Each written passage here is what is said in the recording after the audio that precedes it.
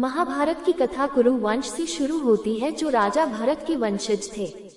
राजा भरत कुरु वंश के थे, जिनके माता का नाम शकुंतला और पिता का नाम राजा दुष्यंत था। पुराणों में बताए अनुसार इस सृष्टि के निर्माता ब्रह्मा जी से अत्रि का जन्म हुआ था। इसके बाद अत्रि से चंद्रमा, चंद्रदेव से बुध और बुधदेव से इलानंदन पुरुरवा का जन्म हुआ। पुरुरवा से आयु, उसके बाद आयु से राजा नहुष और उसके बाद राजा नहुष से ययाति का जन्म हुआ। ययाति से पुरु का जन्म हुआ, जिनसे पुरु वंश का उदय हुआ था। पुरु के वंश में ही आगे चलकर महान प्रतापी सम्राट राजा भरत का जन्म हुआ था और राजा भरत के वंश में ही आगे चलकर राजा कुरु हुए, जो महाभारत कथा की नींव माने जाते हैं।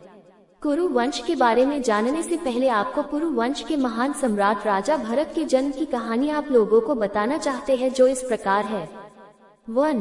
पुरु वंश में राजा दुष्यंत नामक एक प्रतापी राजा का जन्म हुआ था, जो बहुत शूरवीर और प्रजापालक थे। एक बार की बात है कि राजा दुष्यंत वन में आखेट के लिए गए। जिस वन में वो आखेट खेलने गए थे, उसी घने वन में एक महान ऋषि कण्व का भी आश्रम था।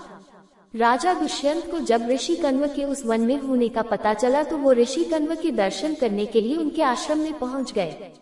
जब उन्होंने आश्रम में ऋषि कण्व को आवाज लगाई, तो एक सुंदर कन्या आश्रम से आई और उसने बताया कि ऋषि तो तीर्थ यात्रा पर गए हुए हैं। राजा दुष्यंत ने जब उस कन्या का परिचय पूछा, तो उसने अपना नाम ऋषि पुत्री शकुंतला बताया। राजा दुष्यंत को ये सुनकर आश्चर्य हुआ कि ऋषि कण्व तो ब्रह्मचारी है, तो शकुंतला का जन्म कैसे हुआ। तो शकुंतला ने बताया कि मेरे माता पिता तो मेनका विश्वामित्र है, जो मेरे जन्म होते ही उन्हें जंगल में छोड़ आए। तब एक शकुंत नाम के पक्षी ने मेरी रक्षा करी, इसलिए मेरा नाम शकुंतला है। जब जंगल से गुजरते हुए कण्व ऋषि ने मुझे देखा, तो वो मुझे अपने आश्रम में ले आए और पुत्री की तरह मेरा पालन पोषण किया। शकुंतला की सुंदरता और बातों पर मोहित होकर राजा दुष्यंत ने उससे विवाह करने का प्रस्ताव रखा। शकुंतला भी राजी हो गई और उन दोनों ने गंधर्व विवाह कर लिया और वन में ही रहने लग गए। एक दिन उन्होंने शकुंतला से अपने राज्य को संभालने के लिए वापस अपने राज्य जाने की इजाजत मांगी और निशानी के रूप में अंगूठी देकर चले गए। एक दिन शकुंतला के आश्रम में ऋषि दुर्वासा आए। जिस समय शकुंतला राजा दुष्यंत के ख्यालों में खोई हुई थी, जिससे ऋषि का उचित आदर सत्कार नहीं कर पाए, जिससे क्रोधित होकर ऋषि दुर्वासा ने श्राप दिया कि वो जिसे भी याद कर रही है वो उसे भूल जाएगा। शकुंतला ने ऋषि से अपने किए की माफी मांगी, जिससे ऋषि का दिल पिघल गया और उन्होंने उपाय में प्रेम की निशानी बताने पर याददाश्त वापस आने का आशीर्वाद दिया। उस समय तक शकुंतला गर्भवती हो चुकी थी। जब ऋषि कण्व वापस तीर्थ यात्रा से लौटे, तो उनको पूरी कहानी शकुंतला ने बताई। ऋषि ने शकुंतला को अपने पति के पास जाने को कहा, क्योंकि विवाहित कन्या को पिता के घर रहना वो उचित नहीं मानते थे।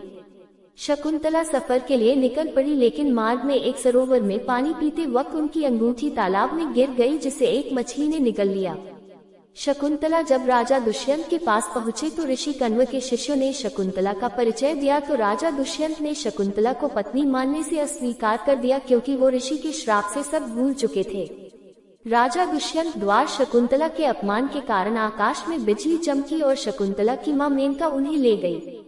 उधर वो मछली एक मछुआरे के जाल में आ गई, जिसके पेट से वो अंगूठी निकली। मछुआरे ने वो अंगूठी राजा दुष्यंत को भेज दे दी। तब राजा दुष्यंत को शकुंतला के बारे में सब याद आ गया। महाराज ने तुरंत शकुंतला की खोज करने के लिए सैनिकों को भेजा, लेकिन कहीं पता नहीं चला।